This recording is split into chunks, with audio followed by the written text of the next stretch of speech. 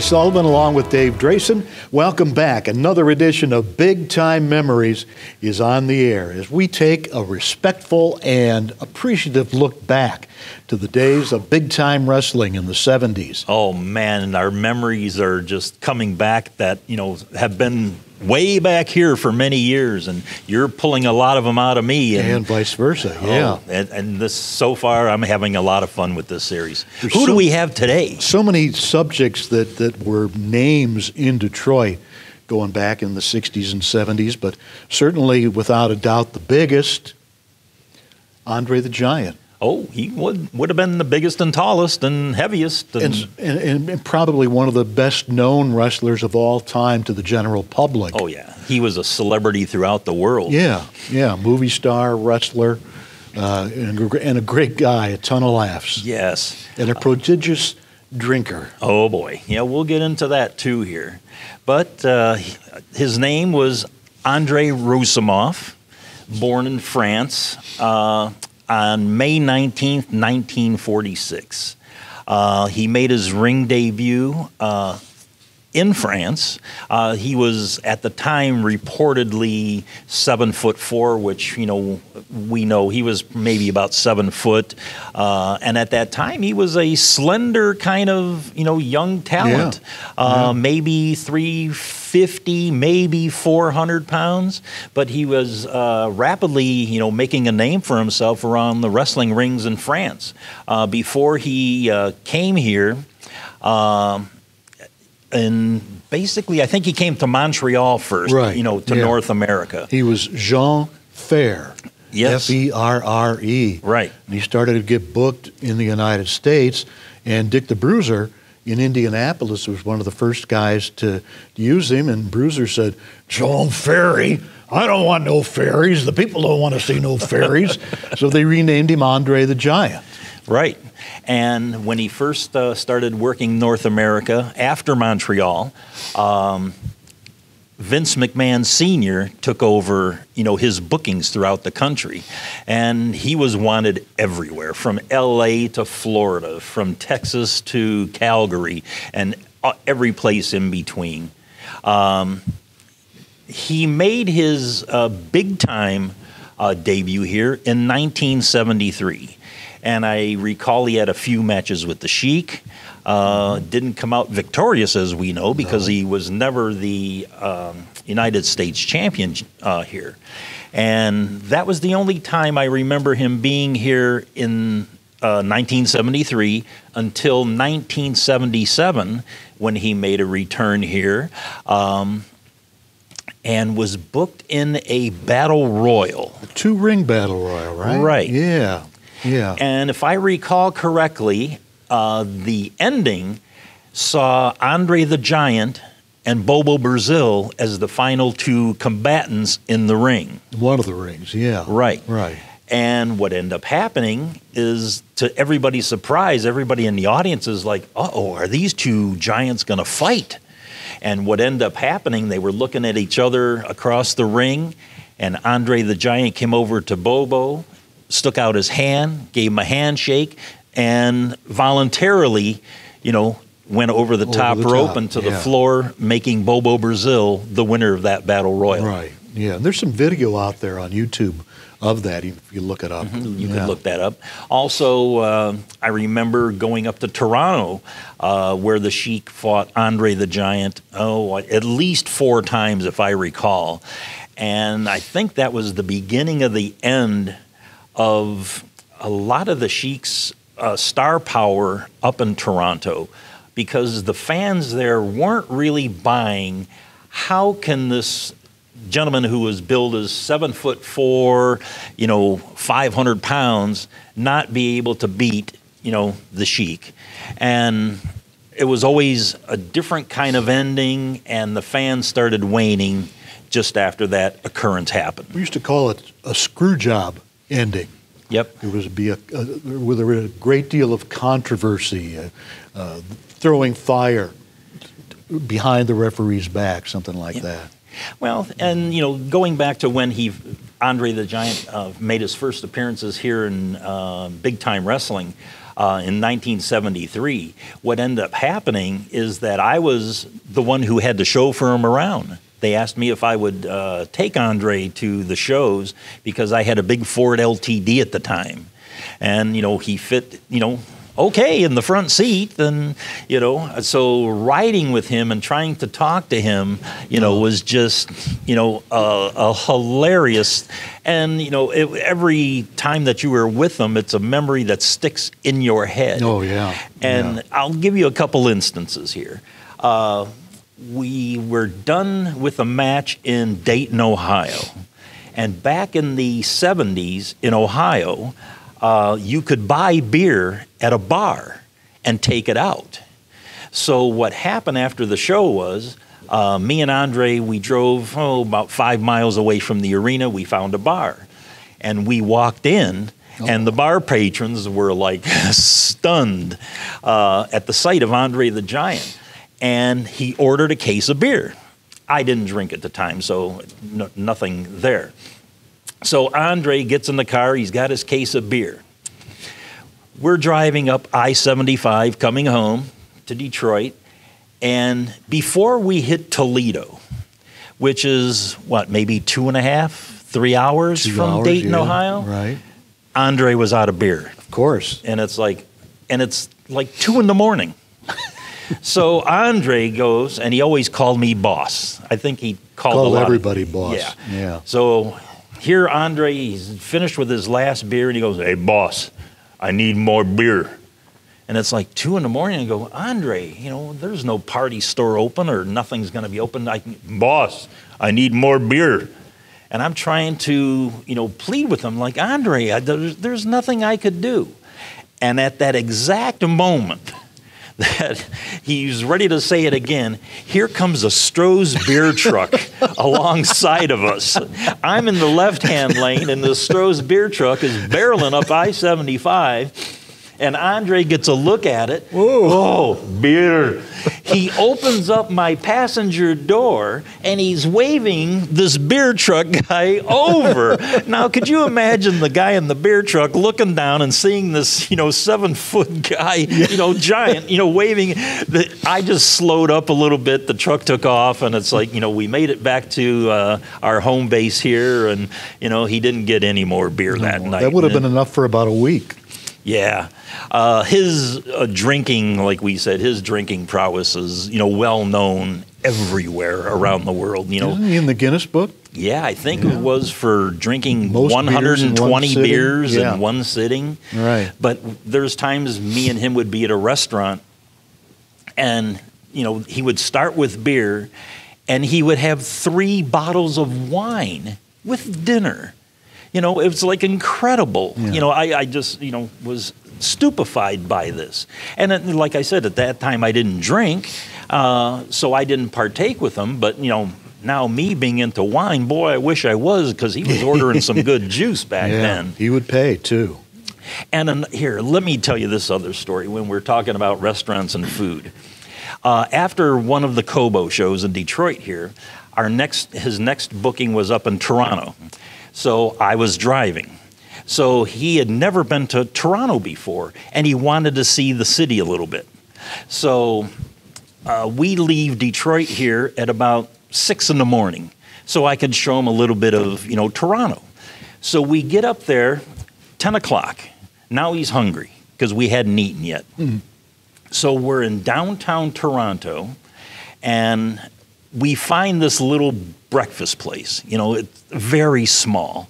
There was no seating, you know, per se, but there was 8 stools along a counter. So me and Andre walk in, and we sit on a stool. We were the only 2 people in there. And the proprietors were of Oriental descent. I think they were Chinese or Japanese. So anyway, you know, the husband was the cook, and the wife was the waitress. So she come up to the counter, and she looked up at Andre like this. It was like, oh, God, you know, it was like, oh, God, Godzilla, you know. You know, her eyes were this big, and the husband comes out of the kitchen, and his eyes are like, oh, my God. So anyway, you know, we look at the menu, and she comes and I order, you know, the typical bacon and eggs and hash browns and, you know, water to drink. So Andre, you know, go ahead, Andre. So he says to the woman standing in front of him, he says, I would like half dozen egg, I would like 1 pound toast, and or half loaf toast, and 1 pound bacon. And this little woman, she stood there, didn't understand a word he said. I says, Andre, you know, tell her again. He goes, so I want half dozen egg, I want 1 pound bacon, and I want half loaf toast. So it's like, you know, he wants a half dozen eggs, 1 pound of bacon, and a half a loaf of toast. So anyway, she goes back to the kitchen. About 10 minutes later, they come back. She puts my plate in front of me, and she puts Andre's plate in front of him. Me and Andre looked at each other. We looked at his plate, and we belly laughed so hard. It was uncontrollable. We couldn't stop laughing. And, you know, his bellowing laugh, you know, and this poor woman is standing there wondering what's wrong. So, looking at his plate, there was a little bit of egg, there was 1 ration of bacon, and there was a half a slice of toast. And it's like, we started laughing again. We just couldn't stop. So anyway, she's there and, you know, she's wondering, you know, in fear of what's going wrong. So I had to explain to her. I says, ma'am, he wants a half dozen eggs. 6 eggs. She goes, oh. And I says, he wants a pound of bacon. Oh. And I said, he wants a half a loaf of toast. She looked at me, looked at him, go, you gonna eat that? And we laughed for days. That was my breakfast with Andre. That is a great story. You know, and as much fun as it was to be around him and to see him perform and, you know, the adulation that the fans just loved him, I really felt sorry for him because he was so huge that when he would be in his hotel, he would have to take the mattress and box spring and put them on the floor and put them together because, you know, if he laid down in a bed, you know, his legs were off to the side. So he always had to sleep, you know, on the floor, putting the 2, you know, box spring and mattress together. So, you know, I felt sorry for him there. But he was such a huge star wherever, you know, throughout the world. And I think about how it must have been for him to fly to Japan when he's on the plane for so many hours consecutively in a relatively small seat. I saw a photograph that a Japanese photographer sent me some years ago. He always sat up front, and you know how they would have 2 seats in first class, and they had the middle section that would lift up? That's what would happen. They would lift that up, and he had both seats up in first class. Okay, there you go. Yeah, you know, short life, the poor man, you know, it had to be a hard life for him. Oh, yeah. You know, but, you know, fun-wise for him, you know, I know you are a big movie buff. Tell us about some of the movies he was in. Well, of course, The Princess Bride. Everybody knows The Princess Bride, one of the all-time classics. He was Fezzik in The Princess Bride. There's an awful lot of material on YouTube about some of the co-stars talking about him and how wonderful he was.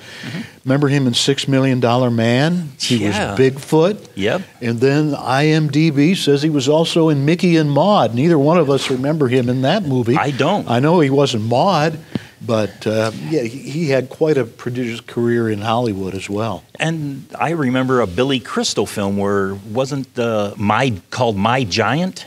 Yeah, right. Yeah. And, you know, so, you know, he had a great, you know, career in TV and movies, I would say. But, you know, some of the back scene kind of things of trying to get him on the set and, you know, because, you know, his eating and drinking prowess the night before, you know, he wasn't one of those who can get to the set at, you know, 5, 6 in the morning for makeup and things like that. So, And later on, it got hard for him to get around, and which caused problems on the set as far as, you know, his mobility. Yeah, and I think after his WrestleMania 3, was it? Here in Detroit? The Pontiac Yeah. Silverdome. I think that was his swan song and almost his last match before. Pretty much. Yeah. Yeah, he did some more things in Japan after that. You know, the older guys are such legends and so idolized in Japan that he could make just a ton of money to go in for 1 or 2 shots in Japan, and he would do it. Yep.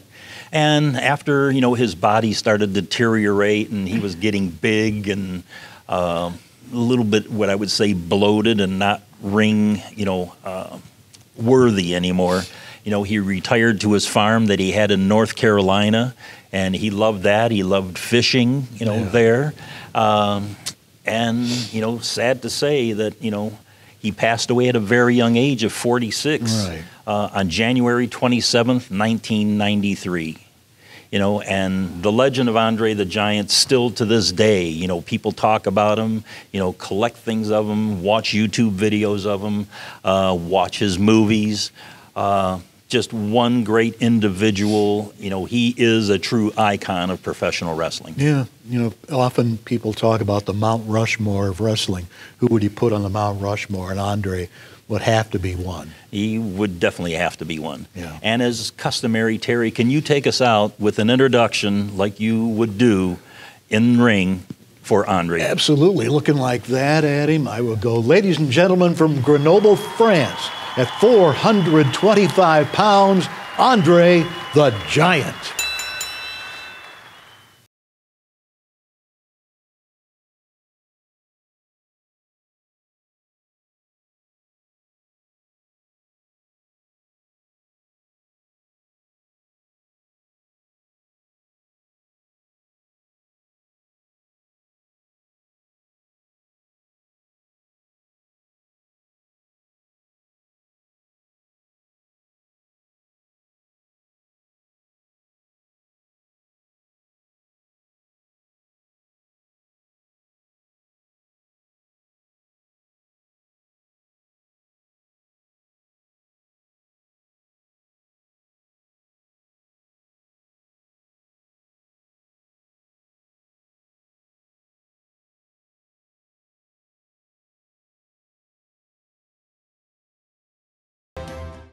Next week, the tales continue with the legendary tag team, the Fabulous Kangaroos.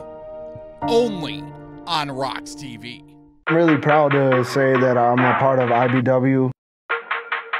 I take pride in IBW that we are a family-run company.